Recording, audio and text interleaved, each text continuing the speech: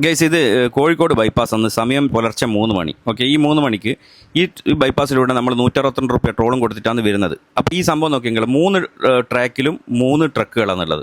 അപ്പോൾ ട്രക്കിന് ഏത് ലൈനിലൂടെ യാത്ര ചെയ്യുക, ഏത് ലൈനിലൂടെ ഡ്രൈവ് ചെയ്യാമെന്നൊന്നും ഓർക്കൊന്നും അറിയില്ല കേട്ടോ. 3 ട്രാക്കാണ് ഉപയോഗിക്കുന്നത്. ഈ വരുന്ന 100 കിലോമീറ്റർ സ്പീഡിൻ്റെ കാറ്, ട്രക്ക് എങ്ങനെയായാലും 60 കിലോമീറ്റർ സ്പീഡ് അവരെ പരിധി, മറ്റേത് ബസ്സിന് 80.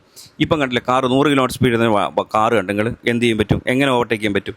അവർ സത്യം പറഞ്ഞാൽ 3 ട്രാക്കാണ് ഉപയോഗിക്കുന്നത്. ഇപ്പം കുറച്ച് മുമ്പ് ഒരു ബസ് പോയിരുന്നു, KSRTCൻ്റെ. ആ ബസ് 2 ട്രാക്കും ഉപയോഗിക്കുക. അതായത് നമ്മൾ ഓവർടേക്ക് ചെയ്യുമ്പോൾ ഹോൺ അടിക്കേണ്ട ഗതികേട്.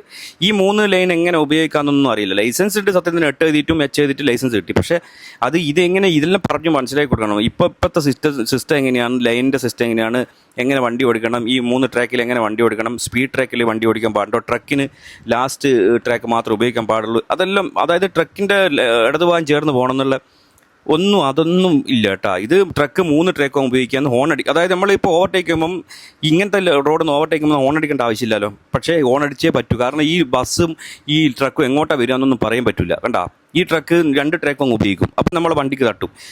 ഇതെല്ലാം പറഞ്ഞ് പഠിപ്പിച്ചു കൊടുക്കണം. സത്യം പറഞ്ഞ കേസ് അത് ആദ്യം KSRTC എടുക്കണം. ഇപ്പം ഞാൻ ഒരു KSRTC മുമ്പ് പോയി, അത് 2 ട്രാക്കും ഉപയോഗിക്കുക.